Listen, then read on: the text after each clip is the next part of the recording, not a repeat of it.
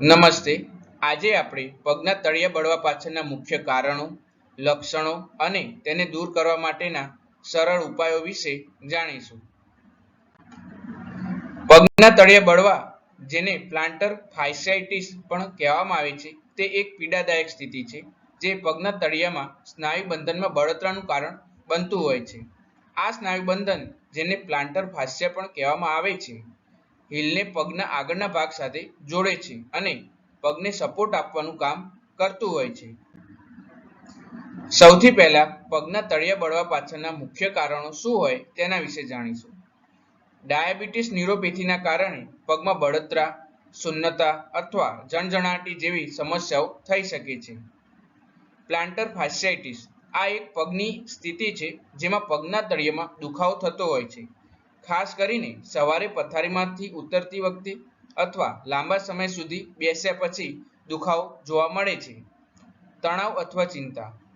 તણાવ અને ચિંતાના કારણે સ્નાયુઓમાં ખેંચાણ થઈ શકે છે, જેનાથી પગમાં દુખાવો થતો હોય છે.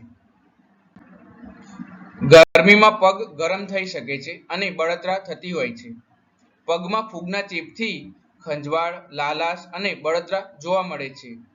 કેટલીક દવાઓની આડઅસરના કારણે પગમાં દુખાવો અથવા બળતરા થતી હોય છે.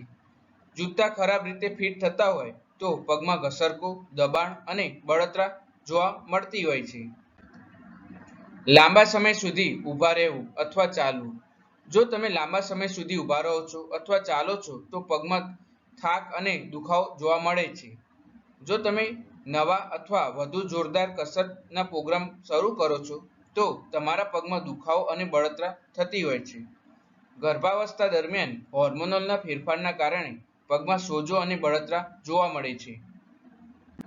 હવે આપણે પગના તળિયામાં બળતરા થવાના લક્ષણો અને ચિહ્નો વિશે જાણીશું.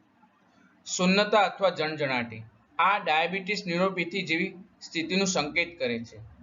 લાલાશ, સોજો અથવા ગરમી થવી. આ ફૂગના ચેપ, એલર્જી અથવા અન્ય બળતરાનું કારણ હોઈ શકે છે. દુખાવો જે ચાલતી વખતે વધતો હોય છે. આ પ્લાન્ટર ફાસ્યાઇટિસ અથવા અન્ય પગની સ્થિતિનું સંકેત કરે છે. થાક અથવા ભારે પગ લાગવો. આ લાંબા સમય સુધી ઊભા રહેવા, ચાલવા અથવા વજન વધવાના કારણે જોવા મળે છે. ત્વચામાં ફેરફાર થવો. ત્વચા શુષ્ક, ખરબચડી અથવા ફાટેલી થઈ શકે છે.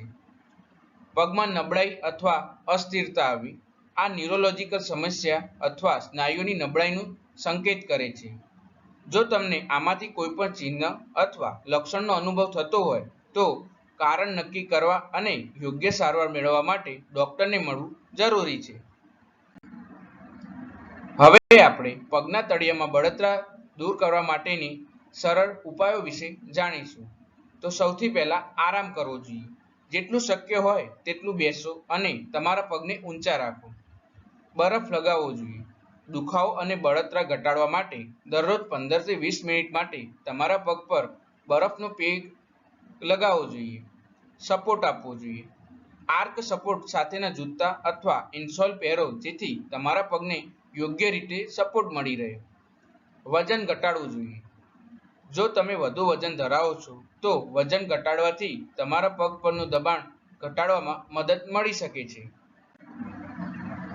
પગના તળિયા બળવા, જેને પ્લાન્ટર ફાસ્યાઇટિસ પણ કહેવામાં આવે છે, તે એક પીડાદાયક સ્થિતિ છે જે પગના તળિયામાં સ્નાયુ બંધનમાં બળતરાનું કારણ બને છે.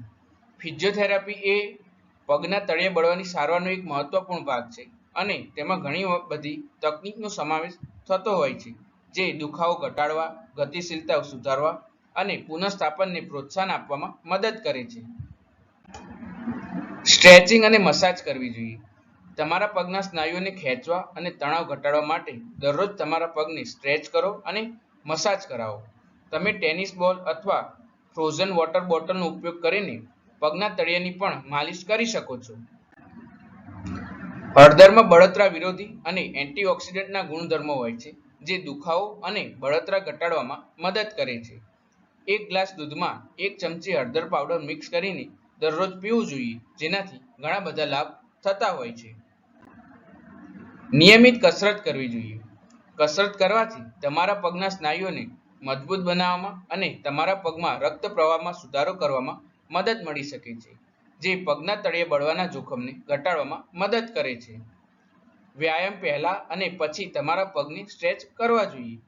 આ તમારા પગના સ્નાયુઓને ખેંચવામાં અને ઈજાને રોકવામાં મદદ કરે છે. પગમાં મસાજ કરાવવી જોઈએ. તમારા પગના સ્નાયુઓને ખેંચવા અને તણાવ ઘટાડવા માટે દરરોજ તમારા પગને મસાજ કરાવવી જરૂરી છે. ધૂમ્રપાન ટાળવું જોઈએ. ધૂમ્રપાન પગમાં રક્ત પ્રવાહને ઘટાડી શકે છે, જે પગના તળિયે બળવાના જોખમને પણ વધારતું હોય છે. જો તમને પગના તળિયે બળવાનું જોખમ વધારતા કોઈ પણ પરિબળો હોય તો તમારા ડોક્ટર સાથે વાત કરવી જોઈએ. તેઓ તમારા જોખમને ઘટાડવા માટે વધારાની સલાહ આપી શકે છે.